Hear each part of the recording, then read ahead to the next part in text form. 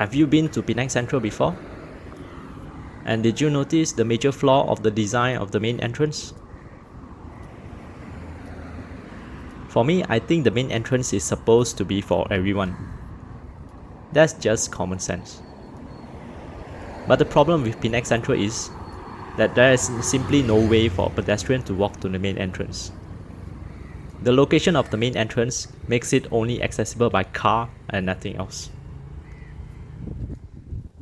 I mean, you could theoretically walk there, but it is just extremely dangerous. Let me show you what I mean. If we go to Penang Sentral official website, you could see that the main entrance is located at level 3. And that is the problem. Like, isn't it strange that the main entrance is located at level 3? Shouldn't it be at ground floor or level 1 in this case? If we look at the other levels, it doesn't seem like there is any other access point for pedestrian either. On Google Maps, this is what the main entrance looks like. If we click around a little bit, so far what we can see, there is only highways in front of it. Totally no pavement to walk on. Just to make my point, I've decided to record myself walking to the main entrance. As you can see, Penang Sentral is right over there, about 500 meters away. I started the recording in front of the Maybank Butterworth. If I ask Google Maps for direction, it seems to agree that a pedestrian should access Penang Sentral through the main entrance as well. But the funny thing is, it also seems to suggest me to walk directly on the road, together with the other motor vehicles. I purposely choose a Sunday afternoon to come here to film this, because there is not much traffic at this period of time. Plus, I don't want to die doing this.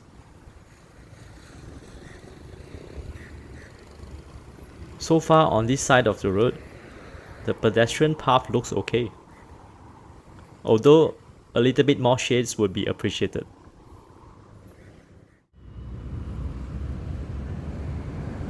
Surprisingly, this traffic light is working. But it is useless anyway. Because just like the SUV just now you saw, you will never know when a car decides to run the red light. As a pedestrian in Malaysia, it's always better to look for any incoming cars yourself. Better not rely on traffic light.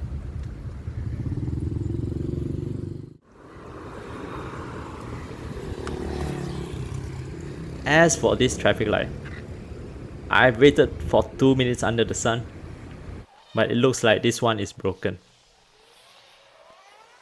I wonder how long will it take to be fixed. If a traffic light for cars isn't working, it will be fixed in maybe hours. Meanwhile, since nobody is really using it anyway, this particular traffic light for pedestrian just might never get fixed. This road on my right, this is the path Google Maps suggested earlier. And since this is the shortest path to the main entrance, this also means most of the cars would use this road. Meanwhile, I'll just walk further down a bit to use the next road. This road has less traffic because it used to be the way that leads to ferry service for motor vehicles. And nowadays, this service has been suspended indefinitely. Fewer cars here, so I guess it is slightly safer to walk here. Again, slightly is the keyword, as this car reminds us that this is still a highway by all metrics. This is still very dangerous despite less traffic. And the fact that there is no proper pavement to walk on just makes it worse. This motorcyclist just looked at me funny. He must be wondering what kind of weirdo we are walking here with a camera under the scorching sun. But hey, who can blame him? Nobody in the right mind would do this.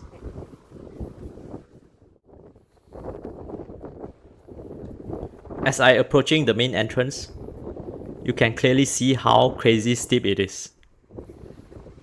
With this kind of gradient, one might even mistake it as if you are going hiking. I drove here many times before. Even in a car, driving up this kind of gradient just feels uncomfortable. Overall, this path to the main entrance is so dangerous and physically exhausting as well. For a healthy man like me, that is saying something. Now can you imagine someone older or an OKU doing this? Like, would you let your children walk on this path? The main entrance is clearly designed for cars and cars only.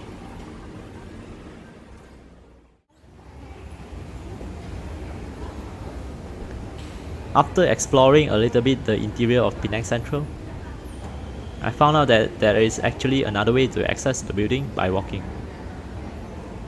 Although it is not specified anywhere, it is a much safer path. But how should I put it? You will see, it is still unreasonable in many ways. On the map, same as just now. The starting point is Maybank Butterworth, and for the most part of the path, it is the same as before.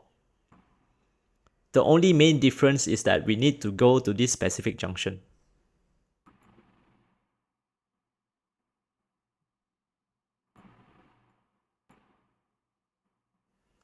And this is the road to walk into the Penang Sentral building.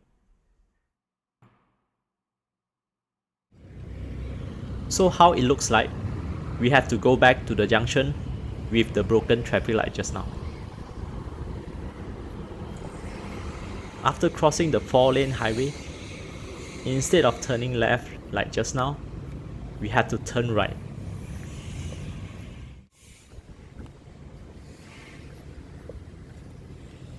These shops on my right looks a bit rundown. Plus the fact that there is nobody around, honestly, it feels a bit sketchy walking around here.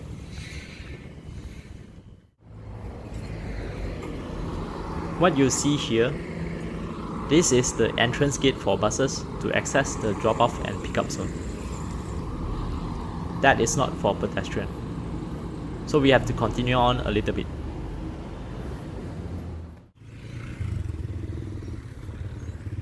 This road is from the exit of the car park of Penang Sentral. So this is not the one either.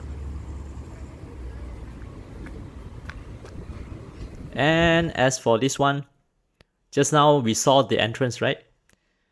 And this is the bus exit from the drop-off and pickup zone. Again, this is not the one for us.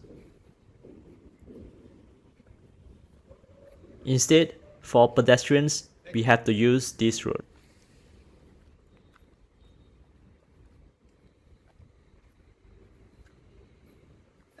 Looking at these fences on my left, if you think that this is heading to nowhere, you are not entirely wrong.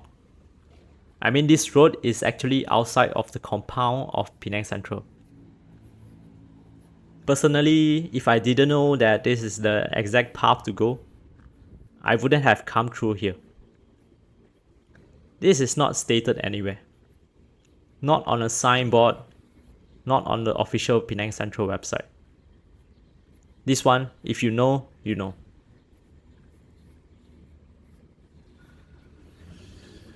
What we are looking for is this gate, some sort of side door, where we have to go through it, walk past the pickup and drop-off area for buses, and then entering the building at level 1.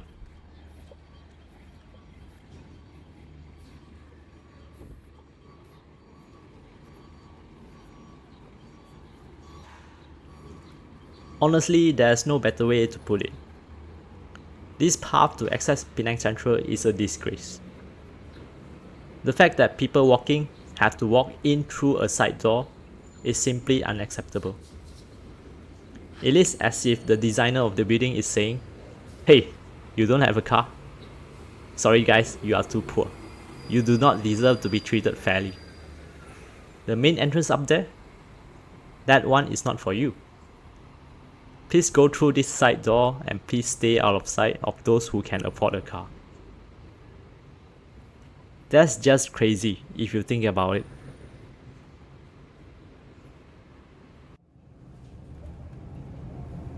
To close this video, the main reason I made this is because I wanted to let out my frustrations towards Penang Central. And also because I'm so eager for it to succeed.